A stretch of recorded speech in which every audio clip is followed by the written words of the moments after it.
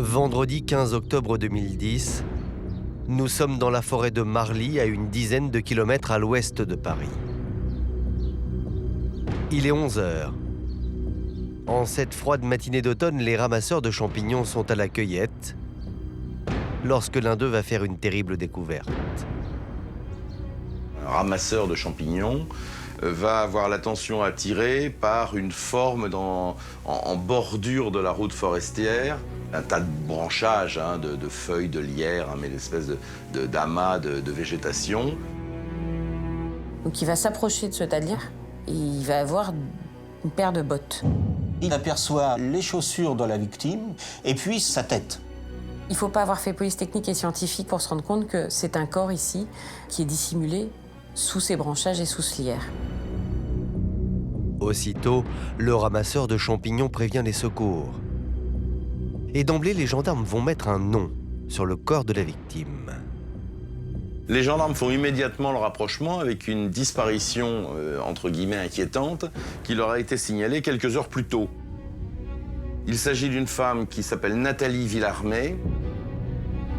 Elle tient un bar-hôtel-restaurant, le Clos des Roses, au cœur des Yvelines. Quelqu'un a tué la jolie patronne de l'hôtel Clos des Roses. Mais qui? Les enquêteurs l'ignorent encore. Mais cette affaire va les emmener dans un incroyable jeu de pistes digne d'un roman d'Agatha Christie. Un crime dont le coupable se cache probablement parmi les clients de cet hôtel. Des homicides, on a l'habitude d'en traiter, mais celui-là, c'est quelque chose de particulier. Il y a 11 chambres, 10 clients, donc 10 suspects. Il enregistrait toutes les émissions et il se les repassait image par image parce qu'il regardait les petites culottes des femmes, il disait qu'il arrivait à voir les petites culottes. Mais non, c'est pas possible, c'est pas lui. C'est pas possible. Après ton tas dehors tout perdu. C'est la fin. On n'a plus envie de vivre, on n'a plus envie de rien. Tout commence quelques heures plus tôt, ce même vendredi 15 octobre 2010. Il est 7 heures du matin, lorsque Marc, le compagnon de Nathalie, appelle la gendarmerie pour signaler sa disparition. L'homme est mort d'inquiétude, car sa femme n'a pas donné le moindre signe de vie depuis la veille au soir. J'avais appelé le soir à 8 heures, comme d'habitude. On m'avait dit je vais pas rentrer trop tard, je vais pas tarder à partir et tout. Quand je me suis réveillé, j'ai vu qu'elle n'était pas dans le lit, je suis dans le canapé, il n'était pas. Non, je comprenais pas, c'était jamais arrivé. Marc en est persuadé. Il est arrivé quelque chose de grave à Nathalie. Et il va vite apprendre que ses craintes étaient fondées. On m'appelle, la gendarmerie, ils me disent on a retrouvé Nathalie. Ils me disent oh bah, parlez. Pour vous, c'est l'incompréhension totale. Ouais. Une chose qu'on... Ça ne va pas nous arriver, c'est pas possible. Marc est bouleversé, d'autant qu'avec Nathalie, il formait un couple depuis 25 ans et semblait nager en plein bonheur. J'ai rencontré Nathalie dans un café.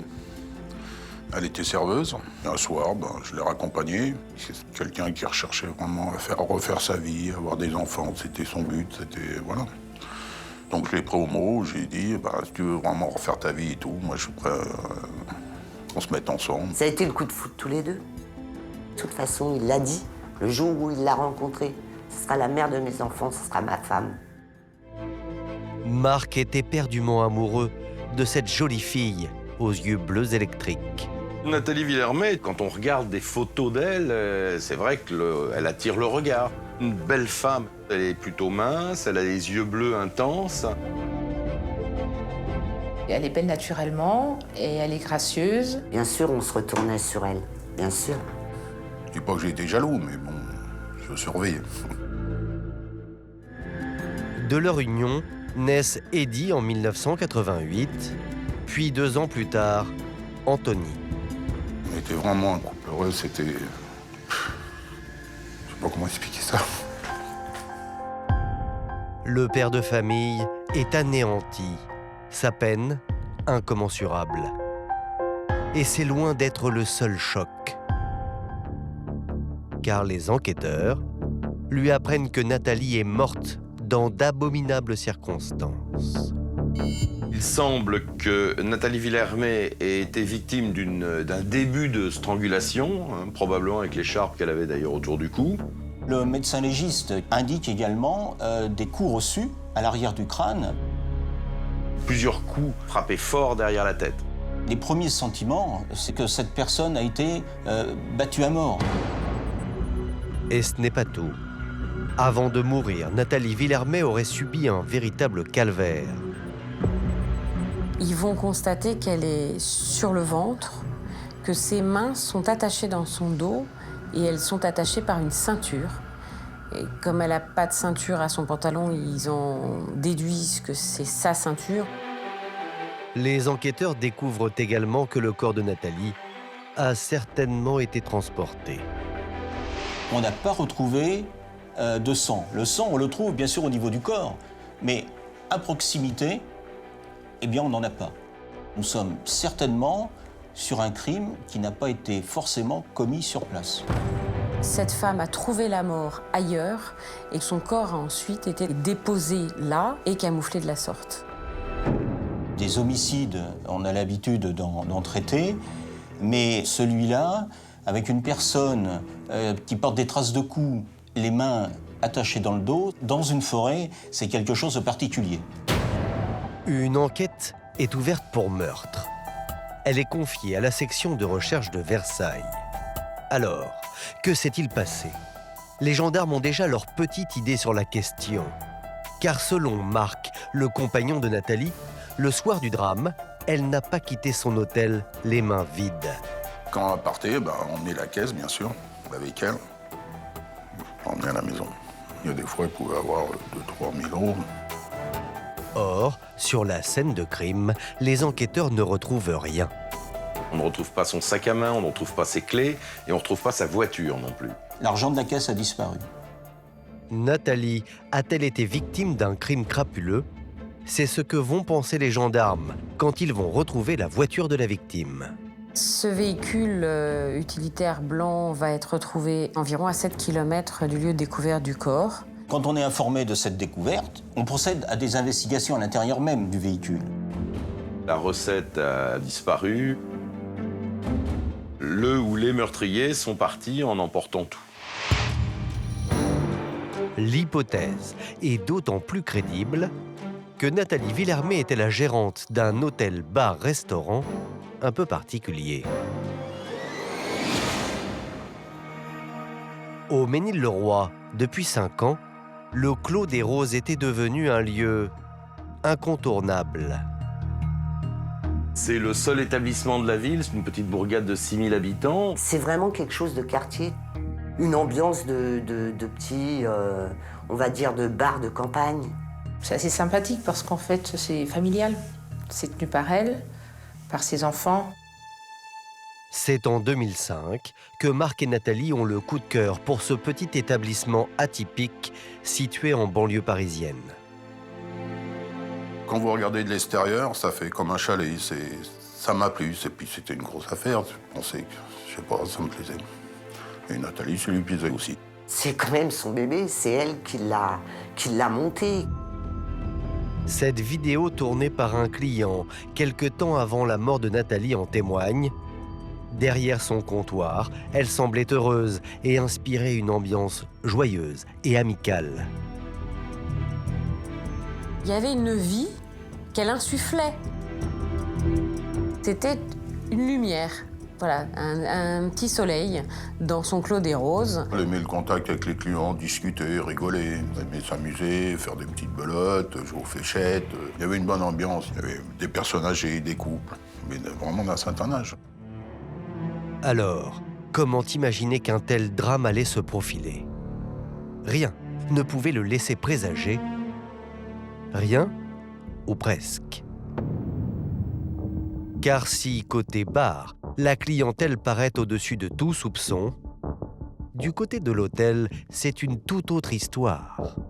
La partie hôtel C'est paradoxalement un lieu social. C'est ni un hôtel de luxe, ni un hôtel qui accueille des touristes. C'était un hôtel dans lequel elle recueillait des gens qui étaient en très grande difficulté.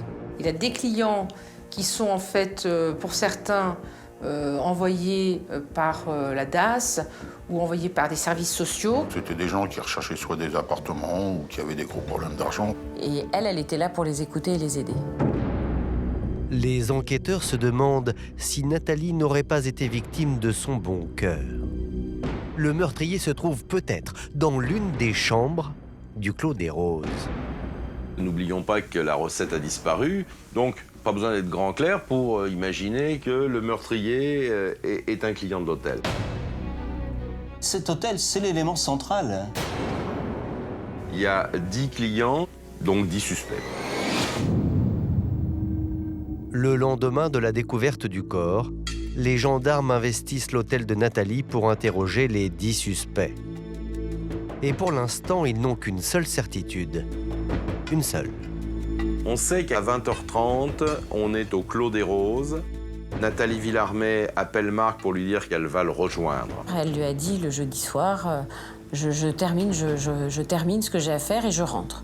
Et ensuite, on la retrouve le lendemain à 11h30 dans la forêt de Marly. Donc évidemment, la mort est intervenue entre ces deux horaires. Alors, qui parmi les 10 clients aurait pu tuer Nathalie dans la nuit du jeudi au vendredi, entre 20h30 et 11h30 ? C'est Véronique, la cliente de la chambre numéro 5, qui va livrer un début de réponse. Elle va leur déclarer que la veille au soir, c'est-à-dire le jeudi soir, Nathalie Villarmet a quitté l'hôtel. Seulement, d'après ce témoin, ce soir-là, Nathalie n'est pas partie toute seule. Voici sa déclaration. Nathalie a fait la caisse, puis elle est partie vers 20h30 avec Patrice. Elle est partie avec un des clients de l'hôtel. Véronique les voit partir et elle désigne ce client comme étant Patrice Chevalier. Patrice Chevalier, le client de la chambre numéro 6, serait donc la dernière personne à avoir vu Nathalie Villarmet vivante.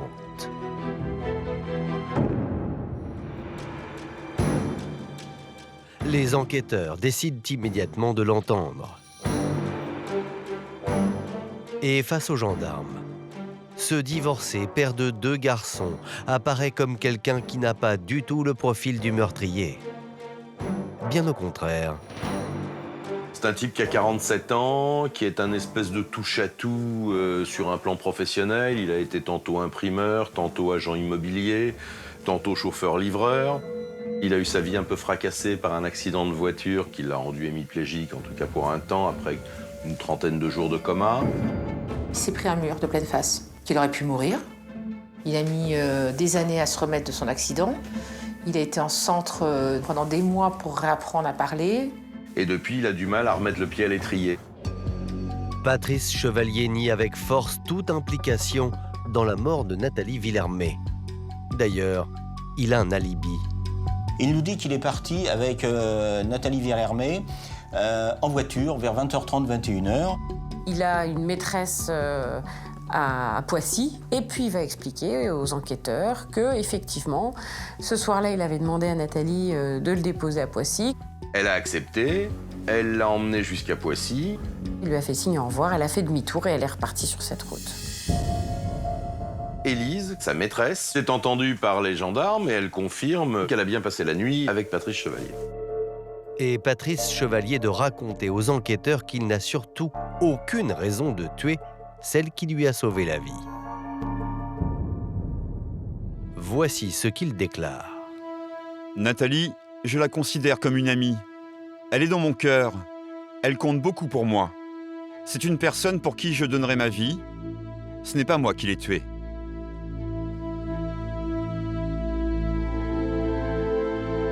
Les gendarmes ont en face d'eux un homme qui est littéralement rongé par le chagrin. Parce que Nathalie Villarmet lui a donné du boulot, elle lui faisait quelquefois crédit sur les loyers. Patrice Chevalier, c'est un peu l'homme à tout faire. Quand on a un besoin, on fait appel à lui. Donc il vide les poubelles, il tient le bar de temps en temps, il fait les chambres. Donc il a perdu, son ange gardien, celle qui l'avait accueilli dans son hôtel. Il avait retrouvé une vie grâce à elle, il lui devait tout. Et Patrice Chevalier devant les enquêteurs d'ajouter: Je n'ai pas de mobile là-dessus. Pourquoi voulez-vous que j'aille bousiller ce qui manque dans ma vie à l'heure actuelle, ce qui me permet d'oublier que j'ai plus mes enfants, que j'ai eu un accident, que je suis en train de progresser? Pourquoi voulez-vous que je bousille ça? D'ailleurs, les proches de Nathalie l'attestent. Patrice, le client dévoué de la chambre numéro 6, est au-dessus de tout soupçon. J'avais confiance en lui. Une fois, je m'en rappelle là, il m'a dit « T'inquiète pas, Marc, je raccompagne Nathalie des fois le soir jusqu'à la voiture parce que sur le parking, il fait noir, on ne sait jamais. T'inquiète pas, là, en sécurité, je suis là. » C'est un proche, c'est un copain, c'est un habitué.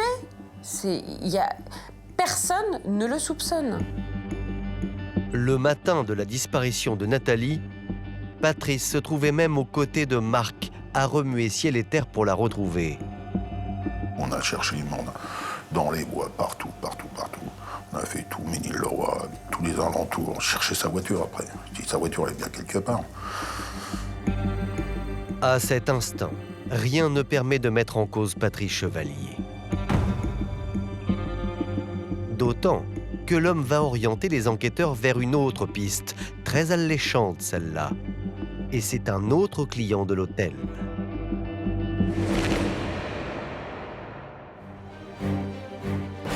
Selon Patrice, à l'hôtel du Clos des Roses, Nathalie Villarmé avait peut-être un ennemi, le locataire de la chambre numéro 9. Il nous dit, écoutez, dans l'hôtel, il y a d'autres personnes, il y a notamment Fabrice.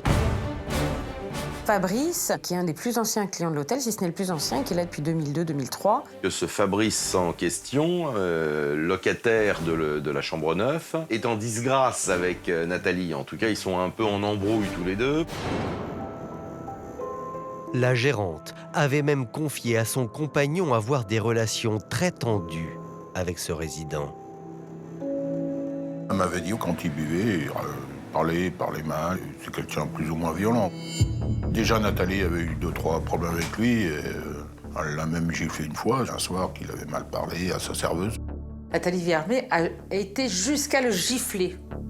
Et c'est quelque chose qui est inscrit dans la mémoire des clients de l'hôtel. Pire encore, peu de temps avant le meurtre, Fabrice aurait même volé dans la caisse lorsque Nathalie avait le dos tourné. Il a été pris en train de piquer dans la caisse, en flagrant délit, alors qu'il avait la confiance de Nathalie Villarmé. Donc, c'est pour ça qu'elle avait dit « tu viens plus dans le bar ». Il avait sa chambre ici, donc il restait locataire, mais il rentrait plus dans le bar.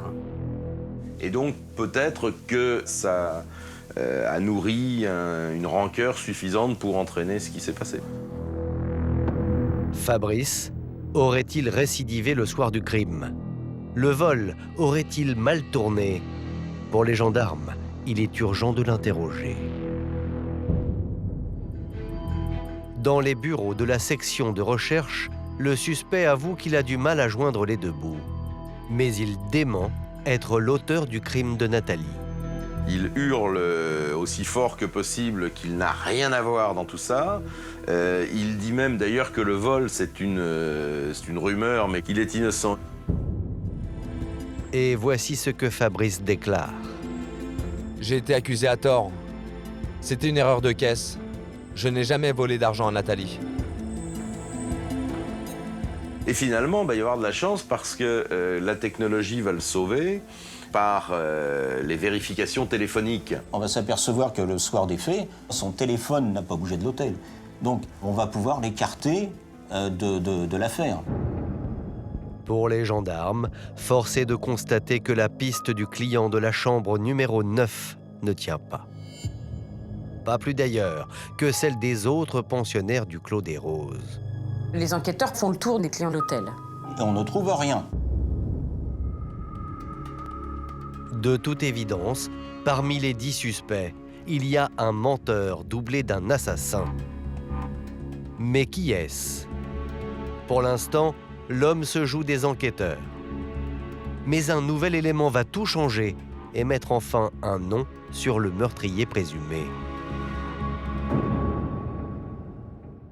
En ratissant la forêt de Marly, les gendarmes vont faire une découverte inespérée. Le meurtrier de Nathalie a laissé des traces derrière lui. On va trouver un morceau de bois d'à peu près 90 cm. Une bûche qui supporte des traces de sang. Pour nous, c'est un élément important. Ça peut être l'arme du crime, donc il est saisi et adressé au laboratoire. On va retrouver de l'ADN sur une partie, un ADN bien connu puisque c'est celui de Madame Villarmé. Les gendarmes viennent de mettre la main sur l'arme du crime. Et ce n'est pas la seule découverte des experts. Sur ce bâton, à l'autre extrémité, il y a un ADN qui n'est pas celui de Nathalie. Et il se trouve que cet ADN inconnu est également retrouvé, le même, sur la ceinture qui liait les mains de Nathalie Villarmé. Donc on a le même ADN sur la ceinture et sur le gourdin. Aussitôt, cet ADN est comparé à celui des 10 clients du Clos des Roses. Et là, bingo. Ils vont avoir un nom, et le nom, c'est Patrice Chevalier. L'homme, au-dessus de tout soupçon, aurait-il menti?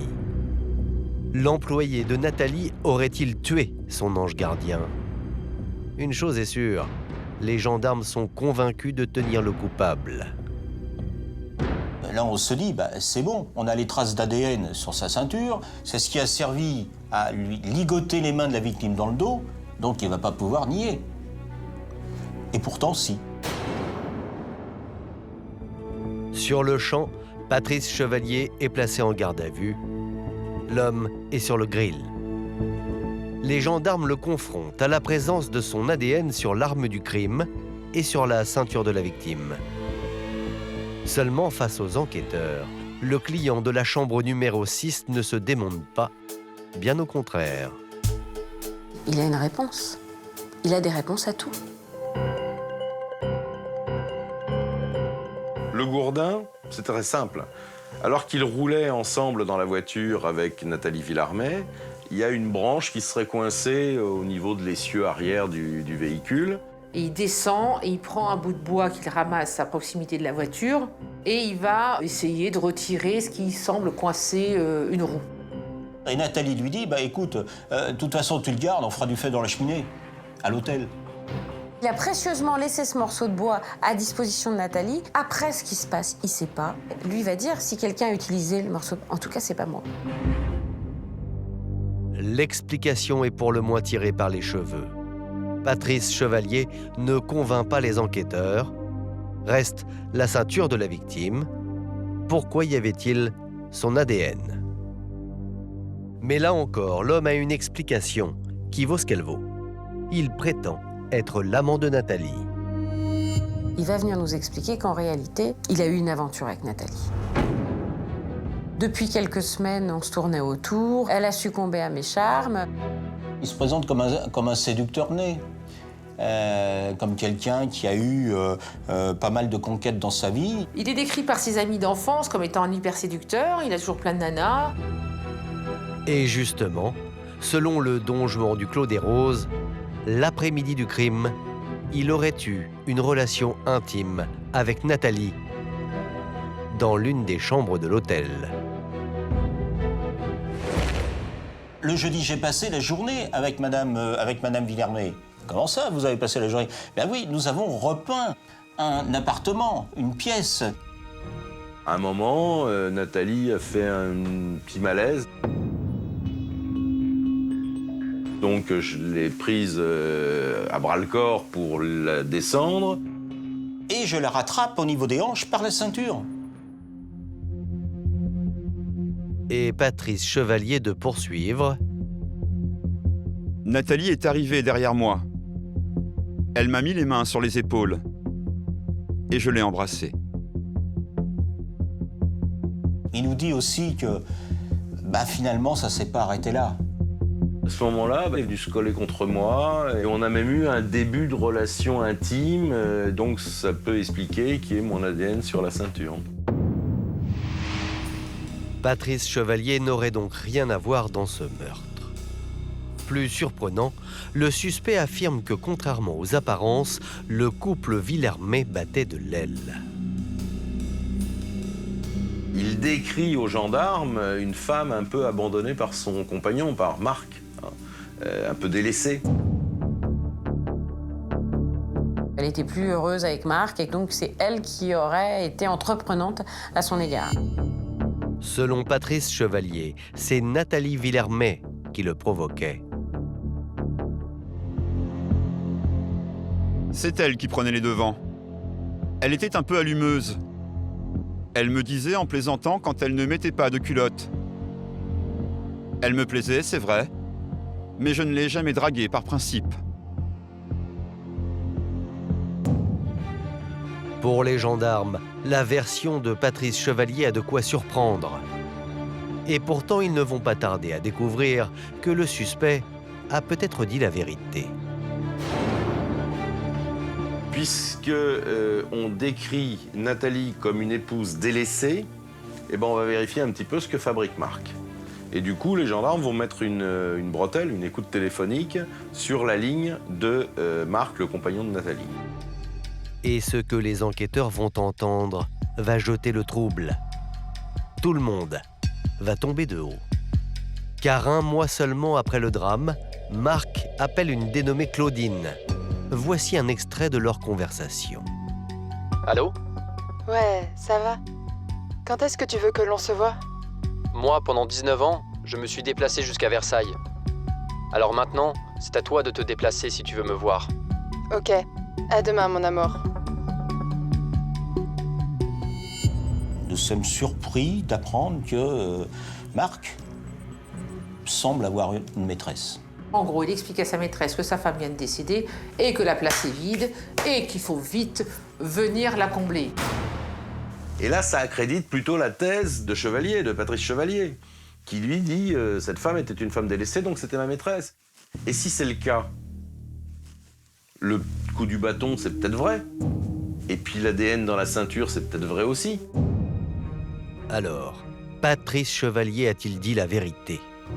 Aussitôt, le compagnon de Nathalie est convoqué à la gendarmerie pour s'expliquer. Mais malgré les écoutes téléphoniques, Marc nie l'adultère. Marc va reconnaître effectivement qu'il est très ami avec cette femme, mais il conteste avoir une relation sentimentale ou une relation intime avec elle. Nathalie, elle était tout à fait au courant de cette relation de camaraderie qui était une relation plus poussée que des camarades. C'était vraiment des amis intimes. D'ailleurs, Marc raconte aux enquêteurs que, contrairement à la déclaration de Patrice Chevalier, il vivait avec Nathalie un bonheur sans nuages. Marc apparaît comme une personne très sensible et très aimant à l'égard de sa compagne. Il n'y a aucun problème de couple qui permet... Ah non, pas du tout. Jamais il y a eu de problème entre nous, jamais il y a eu de séparation. Non, on était vraiment bien. Fallait les voir, ils étaient heureux. 25 ans de vie commune, mais heureux pendant 25 ans. Le couple avait même des projets. Peu de temps avant la mort de Nathalie, ils avaient fait ensemble un voyage. Ça avait été pratiquement une lune de miel. Et chose extraordinaire, après 25 ans de vie commune, ils avaient projeté de se marier. Ils devaient se marier là, dans les mois qui venaient. Donc, on peut pas me dire que c'est un couple qui ne fonctionne pas. Et ce n'est pas tout. Pour Nora, sa meilleure amie, jamais Nathalie n'aurait trompé son futur mari. C'est impossible de la part de Nathalie. C'est une personne, c'est comme ça, c'est droit. Dans ses sentiments, elle est droite. Dans l'amitié, elle est droite. C'est une personne droite. Patrice Chevalier aurait-il tout inventé pour se disculper? À ce stade de l'enquête, le crime de la belle hôtelière demeure un mystère, mais plus pour très longtemps. Les gendarmes décident de retourner à l'hôtel et perquisitionner la chambre numéro 6, celle de Patrice Chevalier. Et ils vont y découvrir un élément accablant qui prouve que l'homme ment, et cela depuis le début. En examinant un des portables de Patrice Chevalier, on va découvrir une cinquantaine de photos de Madame Villermé. Des photos qui sont toutes très orientées. On voit essentiellement ses fesses, ses seins, ses cuisses. C'est des photos qui sont prises sous la table. On va se retrouver avec une quantité de photos dont on voit immédiatement que ce sont des photos volées. Ces photos retrouvées dans le portable de Patrice Chevalier et prises à l'insu de Nathalie le prouvent. Contrairement à ses déclarations, l'homme nourrissait une fascination malsaine pour sa patronne. En réalité, Chevalier était obsédé par Nathalie. Même s'il nous dit qu'il est provoqué par Madame Villermé, on a plutôt tendance à penser que c'est un petit peu l'inverse. C'est lui qui est en quelque sorte flashé sur Madame Villermé. Et le témoignage des proches de Patrice Chevalier ne va pas arranger ses affaires.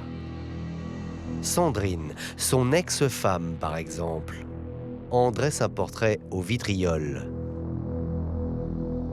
Il avait un truc bizarre, hein, déjà à l'époque. Il y avait l'émission, vous savez, les mariés de la 2, là. Il enregistrait toutes les émissions et il se les repassait image par image parce qu'il regardait les petites culottes des femmes. Il disait qu'il arrivait à voir les petites culottes. Et voilà, il passait son temps, ça l'amusait. Au lieu d'aller chercher du travail, il passait son temps à enregistrer ça et regarder image par image. Selon son ex-épouse, Patrice avait un appétit sexuel insatiable. J'espérais une vie de couple comme monsieur et madame tout le monde. Et ça n'a pas été du tout, mais alors pas du tout ça. Il tenait comme un calendrier et il notait les jours où on avait eu un rapport. Et si ça faisait plus de 2 jours, je me faisais incendier. Et lui, il estimait que dans un couple, on doit avoir des rapports tous les jours. Enfin voilà, il était un peu barjot, quoi. C'est quand même pas n'importe qui comptabilise le nombre de relations sexuelles qu'il a eues avec sa femme, sur un calendrier. Quand on entend ses ex, il est rhabillé pour l'hiver. Hein. Une séduisante patronne d'hôtel et un client obsédé par elle. Pour les gendarmes, le cocktail est explosif. D'autant qu'à en croire Nora, la meilleure amie de Nathalie, la belle gérante, avait dû à plusieurs reprises rabrouer son admirateur. Elle m'a dit c'est lui qui avait fait plus ou moins des avances et que Nathalie a repoussé ses avances. On peut penser que devant le refus, il est rentré dans une colère. Et à ce moment-là, il l'aurait tué. Patrice Chevalier aurait-il tué Nathalie Villermé sur un coup de tête? C'est plausible. Mais pour Nora, la meilleure amie de la victime, peut-être y a-t-il une autre explication. Car Patrice Chevalier était un client sur la sellette. Écoute, si tu vois que vraiment t'en as marre, vire-le. Si tu vois que ça va pas, vire-le. Et elle m'a dit, je vais voir, je pense que ça va se régler.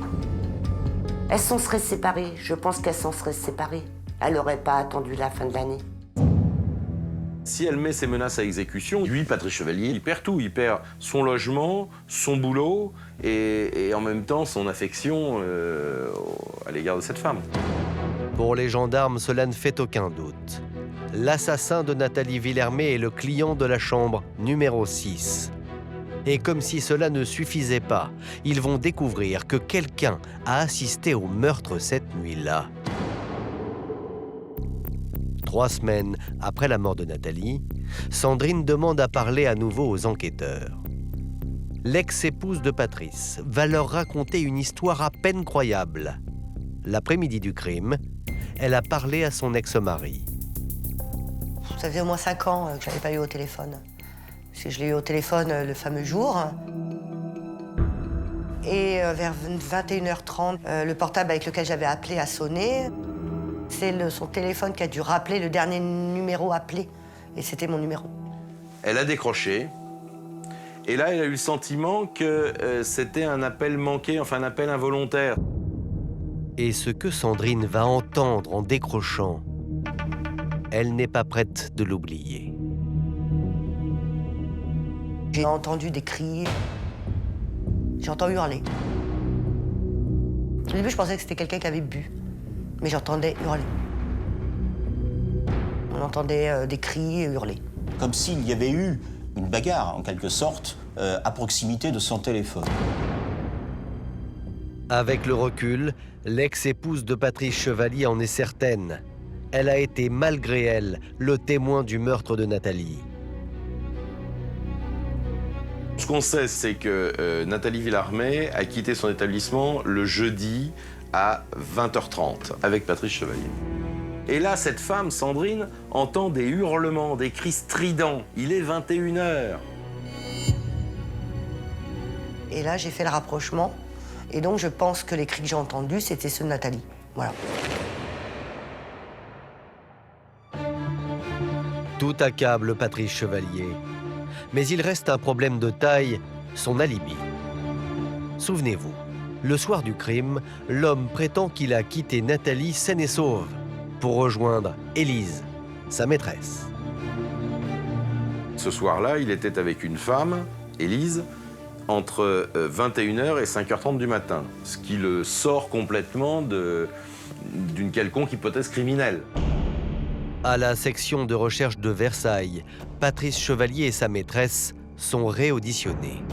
Les deux suspects sont placés dans des salles différentes et les gendarmes vont mettre la jeune femme sous pression.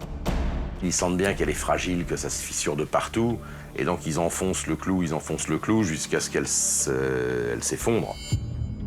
Et la maîtresse va finir par craquer. Voici ce qu'elle déclare. J'ai voulu protéger Patrice. Il m'a dit que ce soir-là, il allait faire un coup avec des amis. En cas de problème, il m'a demandé de dire qu'il était resté toute la soirée et la nuit chez moi et qu'il était reparti le lendemain matin. C'était comme un service que je lui rendais. Je ne pensais pas qu'il pouvait faire quelque chose de grave.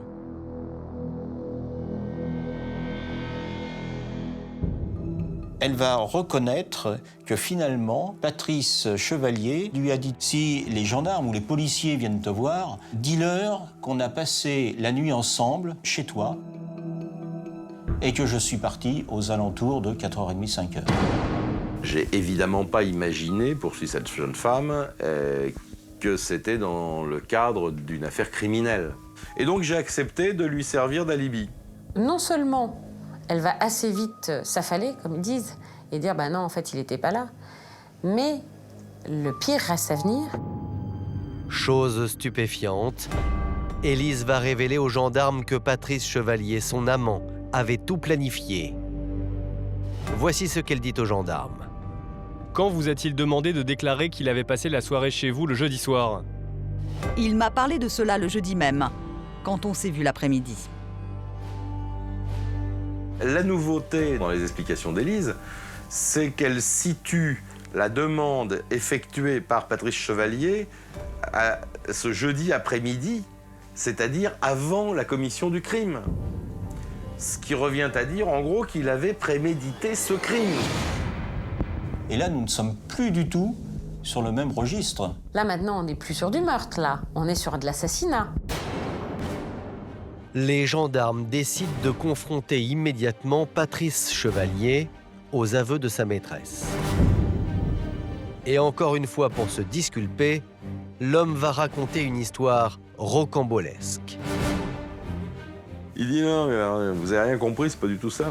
Ce soir-là, en réalité, c'est vrai que je ne suis pas allé chez Élise, mais lorsque Nathalie Villarmé m'a déposé, j'ai été pris en charge par d'autres individus. Et puis on est parti du côté d'Honfleur. On a commis un mauvais coup. Moi, j'étais le chauffeur. Ils ont enlevé un individu qu'on a mis quelques instants dans le coffre et il se trouve que cet individu devait de l'argent à mes associés. Ça a duré à peu près 1 heure et je suis rentré. Alors bien sûr, on va en savoir un petit peu plus sur ce qu'il a fait. Et il nous dit, non, moi je suis pas une balance. Moi je ne vous en dirai pas plus. Si je parle, les acteurs de ce qui s'est passé ce jour-là vont me zigouiller. Je suis en danger. Je ne peux absolument pas vous parler. Donc il préfère finalement se faire accuser d'un crime qu'il n'a pas commis plutôt que de dénoncer 4 individus qui auraient commis de leur côté un crime. Pour les enquêteurs, le récit de Patrice Chevalier ne tient pas la route. Face à ce discours, là on se dit, chapeau, il a beaucoup d'imagination. Il aurait pu être scénariste. Il n'arrête jamais. Ça tient pas debout, mais il n'arrête jamais. Après cet ultime mensonge, le 7 septembre 2012, Patrice Chevalier est mis en examen pour l'assassinat de Nathalie Villermé et placé en détention provisoire. Lorsque les proches de la victime apprennent la nouvelle, c'est la stupéfaction. Mais non, c'est pas possible, c'est pas lui. Quand on connaît les gens, on les voit tous les jours depuis 4-5 ans, on peut pas penser ça. C'est inimaginable. N'arrivez pas à comprendre. On voit ça ailleurs, on voit ça à la télé, on voit, mais quand ça vous arrive, ça... on n'arrive pas à y croire. Je m'en veux. Je m'en veux d'avoir laissé ma femme derrière un bar, tout seul. C'est un manipulateur, c'est quelqu'un qui...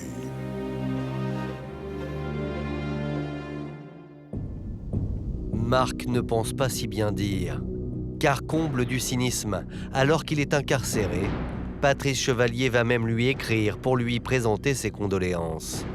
Et aussi pour se disculper. Voici un extrait de cette lettre. Marc, je te donne mes condoléances à toi et tes enfants. Je suis de tout cœur avec toi. Je n'ai rien à voir avec cette horreur. Je pense que tu sais que j'étais très attaché à Nathalie et que je ne lui aurais jamais fait de mal. Je pense à toi et j'espère que tu tiens le coup. Patrice.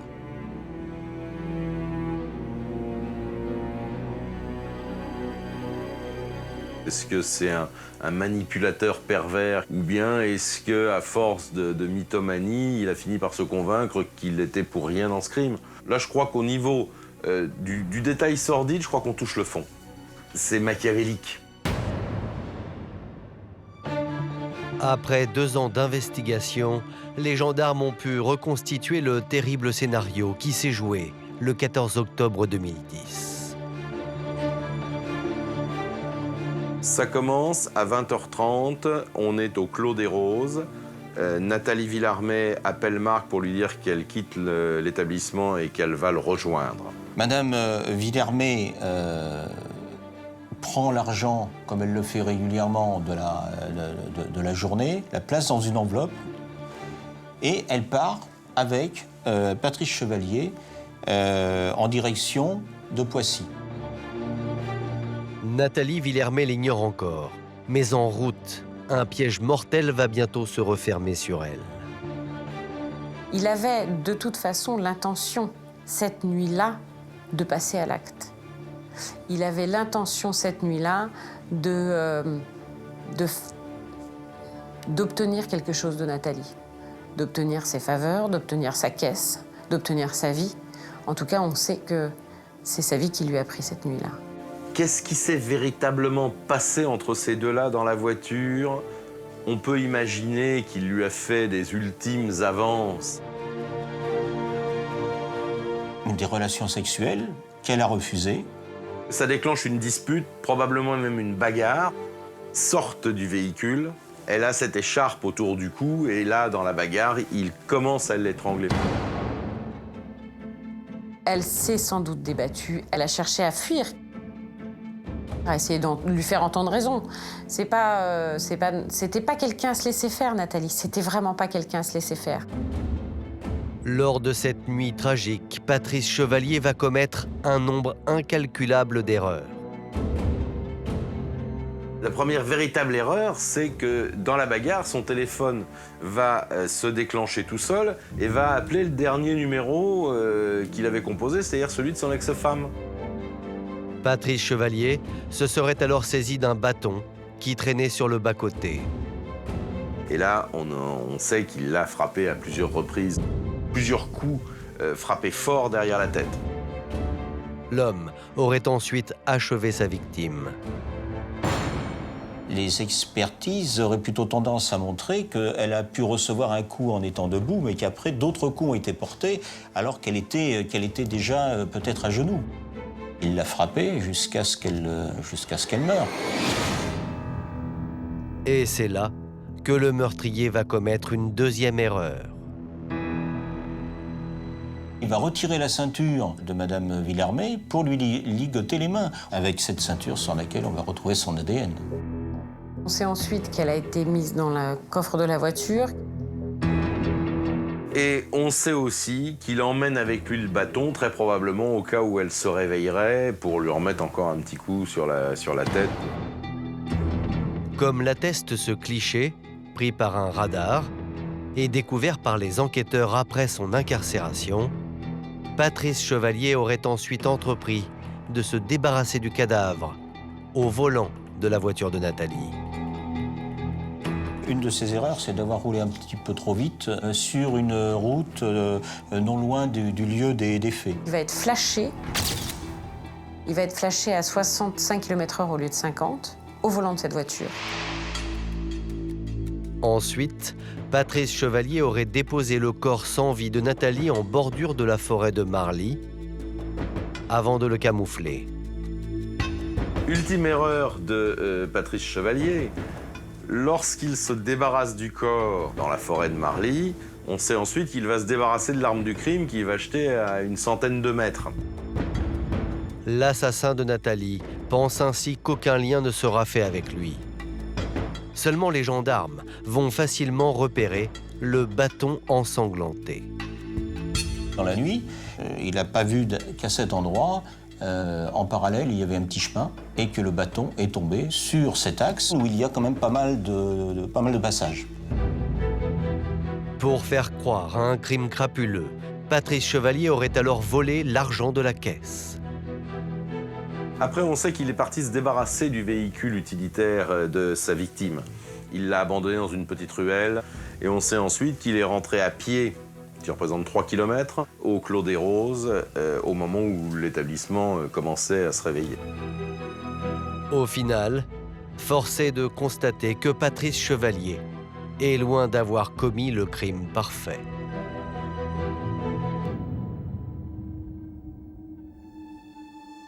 Lundi 25 novembre 2013, plus de 3 ans après les faits, s'ouvre le procès de Patrice Chevalier devant la cour d'assises de Versailles. Pour l'accusé, l'enjeu est énorme. Il encourt la prison à perpétuité. Dans la salle d'audience, les proches de la victime n'ont Dieu que pour celui qui les a trahis et qui aurait prémédité le meurtre de Nathalie. Marc, ses fils attendent tous que celui qui a tué Nathalie s'explique. La tension est palpable, parce qu'ils vont se retrouver, ils savent qu'ils vont être face à lui. Moi, j'attends ça, qu'il avoue quand même. Qu'il avoue. Au moins pour la famille, quoi. Le respect de la famille. Pourquoi qu'ils disent enfin la vérité. Seulement, Nora, Marc et les enfants vont être terriblement déçus. Car tout au long du procès, Patrice Chevalier va adopter un comportement déconcertant. On retrouve exactement celui que décrivent ses ex, c'est-à-dire cynique, arrogant, réponse à tout. Il est là, il regarde, il écoute, il rigole. Non, c'est... Il se lève, il fait des esclandres, il interpelle les gens, il insulte Nathalie, il provoque le juge. Quand le juge lui montrait les photos dans son téléphone, il a regardé la juge et il lui a dit « ça vous excite ?» Il est sidérant. Devant la cour, l'accusé nie être l'assassin de sa patronne. Et il va se justifier en essayant de jouer sur ses innombrables bévues. Voici ce qu'il dit au juré. Je ne sais pas quoi vous dire. Dans toute cette affaire, c'est un peu comme si j'avais mis un post-it avec mon nom. Or, évidemment, si j'avais à accomplir de tels faits, je prendrais des précautions. Son système de défense, en gros, revient à dire « Est-ce que vous pensez que je suis suffisamment stupide, moi, Patrice Chevalier, est-ce que vous croyez que je suis suffisamment stupide pour commettre un crime aussi médiocre ? où j'aurais laissé finalement, un peu comme le petit Pousset, j'aurais semé les preuves de ma culpabilité. La stratégie de l'accusé ne va pas faire illusion bien longtemps. Pour les jurés, les preuves sont accablantes. Alors, après 3 jours de procès, le verdict tombe. À l'issue du procès, il sera condamné à la peine de 20 ans, 20 années de réclusion criminelle. Mais pour les proches de Nathalie, la sentence laisse tout de même un goût amer. Ma réaction, 30, ça aurait été mieux, je pense. C'est rien, 20 ans. 20 ans, c'est rien. On va avoir supprimé une vie, il y a un manque. Puis les enfants, moi je les vois, ça a coupé toute la famille. Ça a été atroce. S'il y a des choses comme ça, on dit de la vie, ça détruit les gens, mais ça a détruit les gens. Ouais. Chose étrange, si Patrice Chevalier n'a jamais reconnu le meurtre de Nathalie Villermé, il ne fera pas appel de cette décision. Peut-être est-ce là le seul aveu de sa culpabilité. On peut effectivement analyser cette absence d'appel comme un aveu. En tout cas, clairement, il n'a pas souhaité réaffirmer son innocence devant une deuxième cour d'assises. Aujourd'hui, Patrice Chevalier purge sa peine derrière les barreaux de la prison de Poissy. Quant à Marc, il a repris l'hôtel-bar-restaurant du Clos des Roses, en mémoire de sa compagne.